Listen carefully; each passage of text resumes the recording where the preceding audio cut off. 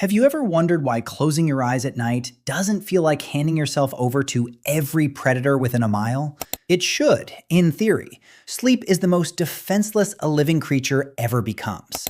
Muscles go slack, awareness fades, the senses that once tracked every rustle in the grass go quiet. And yet, across millions of years of evolution, animals still choose to sleep, night after night, in a world full of teeth.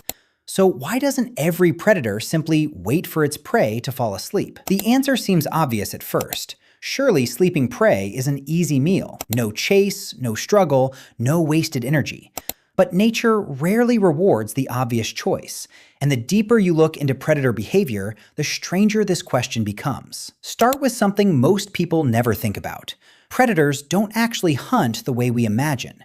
Many species aren't drawn to stillness. They're drawn to movement. A lion's eyes are built to detect motion in tall grass. A wolf tracks scent trails left by animals in motion, not animals lying motionless for hours.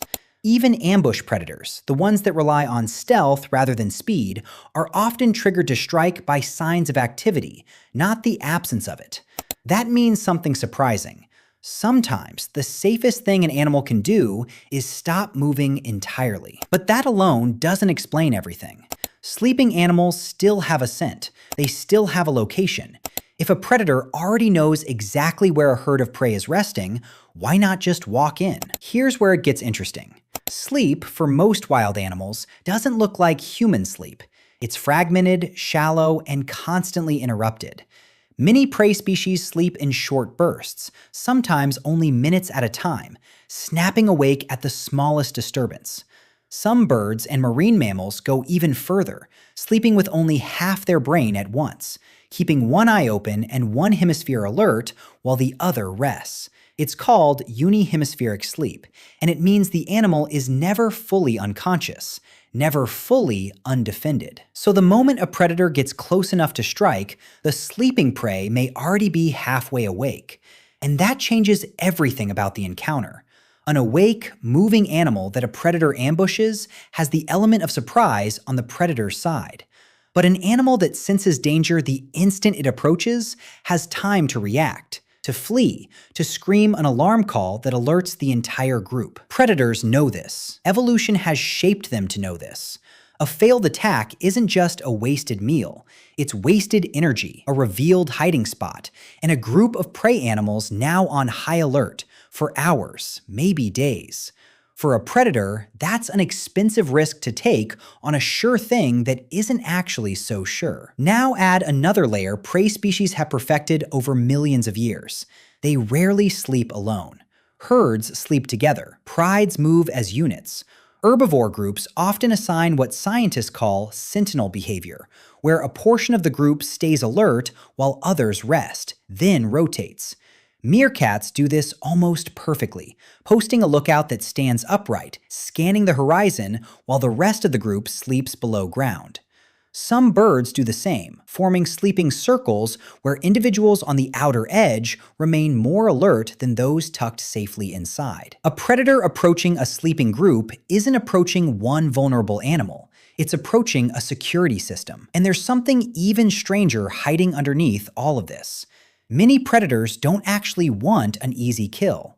This sounds backwards, but predator hunting behavior is deeply tied to instinct triggers, not just opportunity. Chasing, stalking, and the burst of a hunt often activate the very neurological reward systems that make predators effective hunters in the first place.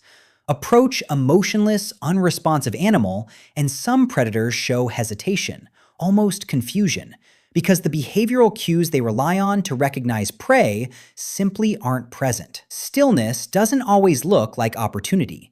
Sometimes, to a predator's brain, it looks like nothing at all. But perhaps the most overlooked reason has nothing to do with the predator and everything to do with where sleep happens. Prey animals rarely sleep out in the open if they can help it. They tuck into burrows, dense brush, high branches, rocky crevices, places specifically chosen because they're difficult to enter and harder to approach without noise. Deer bed down in areas with limited sight lines that also limit a predator's approach. Many rodents sleep underground entirely, sealed behind tunnels that collapse easily if disturbed, alerting the animal instantly. Even the choice of where to sleep is, in itself, a defense strategy honed by generations of trial and error, where the ones who chose poorly simply didn't survive to pass on their instincts. So when you look closely, sleeping prey was never actually undefended. It only looks that way from the outside. And this raises an even bigger question, one that reaches far beyond the animal kingdom. For hundreds of thousands of years, early humans faced this exact same vulnerability. Long before locked doors and walled cities, our ancestors slept in open landscapes surrounded by lions, hyenas, and predators far larger than anything most of us will ever encounter. And they survived using strategies that look remarkably familiar. They slept in groups. They took turns keeping watch through the night.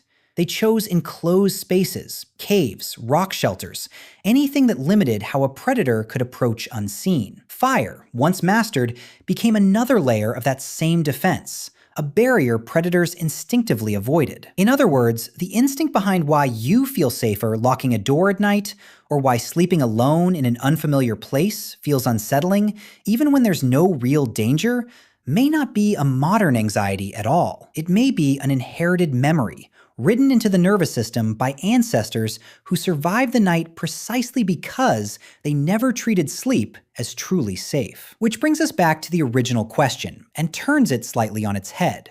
Predators don't ignore sleeping prey because sleep makes an animal invisible. They hold back because millions of years of evolution turned sleep into something deceptive. A state that looks helpless, but rarely is. Behind every closed eye is a nervous system still listening. Behind every resting herd is a hidden lookout. And behind every quiet, motionless night, there is an entire architecture of survival, working exactly as it was built to. Sleep was never really the absence of defense. It was defense, quietly disguised as rest.